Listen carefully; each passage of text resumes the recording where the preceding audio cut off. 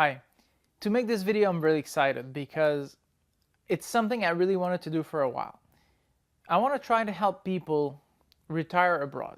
Okay, this is something that personally I want to do in the future. Of course, I'm always traveling all over the world. I already live abroad and I've been living abroad for 15 years. But I mean, I really want to try to teach people that there's better ways, when you retire to be comfortable. You always dream, oh, I'm going to retire on a beach somewhere, or I could just like laze out and relax.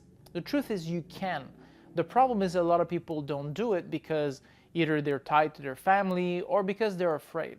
Now, of course, if you want to stay with your son, grandsons, or daughters and so forth in your country, I totally understand. If you have long-term friends and you want to stay with them, I understand that.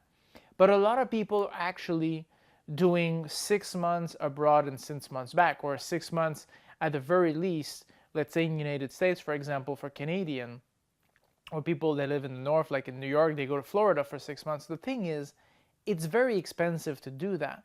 And you don't have half the services you could have if you were somewhere else, let's say in Thailand, where you could have a maid, you can have a driver, a nurse, a full-time registered nurse. You could have tons of benefit.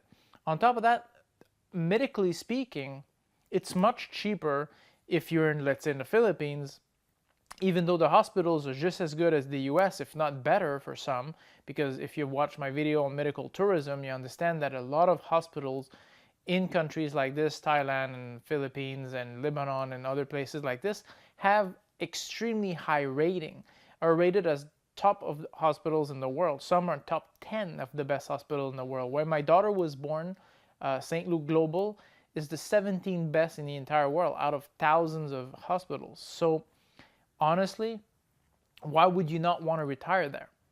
Now, why and how much could you expect to pay? I'm going to talk a little bit about that, and then after that I'm going to have a complete series of videos on how you can relocate, what to look for, which country you should relocate to, depending on what you like and so forth. So we're going to talk about that over time. But let's just say right now you're making $1,500 a month, okay, which is a pension, which is not unreasonable. So $18,000 a year pension, which is what most soldiers, for example, in the United States would get, and a lot of retirees in Canada would get from the government.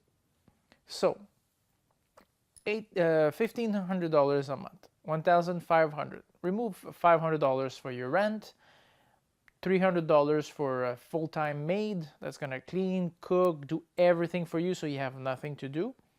You still have $700. Now, remove your utilities, $100. Sometimes the internet might be more expensive, but more or less, let's say it's that. That gives you $150 per week for your food and everything else. You can stretch that a lot. Seriously, you really can stretch that a lot in the Philippines. Okay, $150 a week in food when most people make $200 a month. That include paying their rent and everything. Trust me, it's a lot of money. Even if you go to places like Rustan, which is a very expensive grocery store, or Robinson Mall or something like that, you're still not going to spend too much. It's not a joke. Okay, chicken, $2, stuff like that. It's really cheap. And you'll be able to really live very well. You can go to cinema every week. You can do a lot of things. You can go to a restaurant every night if you want to. And you'll still have money at the end of the month. So personally, that's my option. If I have that little amount of money every month that I don't have to work and I just like relax and I want to retire well, I would actually do that as opposed to, either staying in my own country or going to elsewhere. And if you're afraid of medical, even if you don't have insurance, you'll still be able to get medical treatment in good hospital for very cheap.